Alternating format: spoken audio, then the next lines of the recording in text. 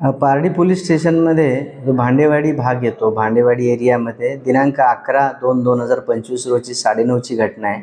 त्यावेळेला विजय भांडेकर या नावाचे हे जे गृहस्थ आहेत, हे घरातून सलूनमध्ये जात असताना त्यांनी स्कूटीवरतून काही 3 लोक आले आणि त्यांनी त्यांची स्कूटी अडवून त्यांना मारहाण केली. त्या मारहाणीमध्ये एक मोठा कोयता ज्याने त्यांच्या डोक्यावरती वार केलेला आहे आणि त्याच्यामुळे ते गंभीररित्या जखमी झाले होते आणि त्यांना हॉस्पिटलला तात्काळ पाठवलं गेलं होतं.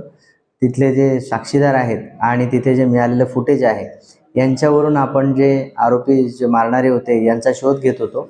कोणताही काही क्ल्यू नव्हता. त्यांच्या मुलाची तक्रार घेतली परंतु मुलाला देखील काही सांगता आले नव्हते. त्यावरून तपासामध्ये ज्या काही गोष्टी उघड येतील त्याच्यावरच हा सगळा तपास डिपेंड होता. याच्यामध्ये जे फुटेजमध्ये मुलं होते मारणारे हे बिडगाव परिसरातील होते, तुलसीनगर परिसरातील राहणारे होते. एक त्याच्यामध्ये अल्पवयीन आहे आणि 2 मोठे वयाचे आहेत. त्यांचं वय 19 वर्ष आहे. यांना ज्या वेळेला ती माहिती मिळाली त्यावेळेला सस्पेक्टेड म्हणून इतरत्र भागात शोध घेतला. त्यांच्या ते घरी मिळून नाही आले. म्हणून मग त्यांचा शोध घेता घेता आपल्याला समजलं की ते एका ठिकाणी आहेत लपून बसलेले आणि मग त्यांना ताब्यात घेतलं. तर त्या ताब्यात घेतल्यानंतर त्यांनी जी कहाणी सांगितली त्या कहाणीमध्ये बनाव तयार केला होता. त्यांनी सांगितलं की आम्ही आदल्या रात्री म्हणजे 10 तारखेला आमचं संध्याकाळी पानठेलावर गेलो असताना तिथे सिगरेट आणि गुटखा घेण्यावरनं आमचा वादविवाद झाला होता आणि त्याच्यावरनं विजयनी शिव्या दिल्या होत्या जखमीने. परंतु ॲक्च्युली जसं जसं पुढे गेलो तर यांनी सकाळपासून हे दबा धरून बसले होते आणि त्या मारण्याचा प्रयत्न करण्यासाठी ते तिथेच थांबले होते.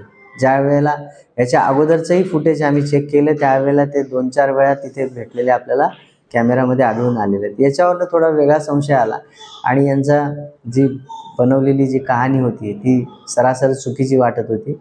मग याच्यामध्ये जे विजय भांडेकर आहेत यांचा ॲक्च्युली कोणाशी काही विवाद आहे का, कोणाशी काही व्यवहार चालू आहे, त्यांचं जमीन खरेदी विक्रीचा व्यवसाय आहे. त्यामुळे त्यांचा कुठेतरी तिथे वाद असावा असा आम्हाला संशय होताच. त्या अनुषंगाने आम्ही बरेचसे लोक बोलवले त्यांच्या ज्या संबंधाने. परंतु अंकुश भोवते यांच्याकडे आम्ही डीपली आणि त्याच्याबद्दल आम्ही चौकशी करत होतो. आरोपींच्या आणि यांच्या म्हणण्याप्रमाणे थोडासा कॉन्ट्राडिक्शन येत होतं आणि त्याच्यावरनं अंकुश भोवते यांच्याकडनं आम्ही जी विस्तृत माहिती क्रॉस चेक करत करत आम्ही त्यांना 3 दिवसांनी आम्हाला ते लक्षात आलं की हे अंकुश भोवते यांनी आरोपींना हायर करून त्यांना मारण्याची व्यवस्था केलेली आहे.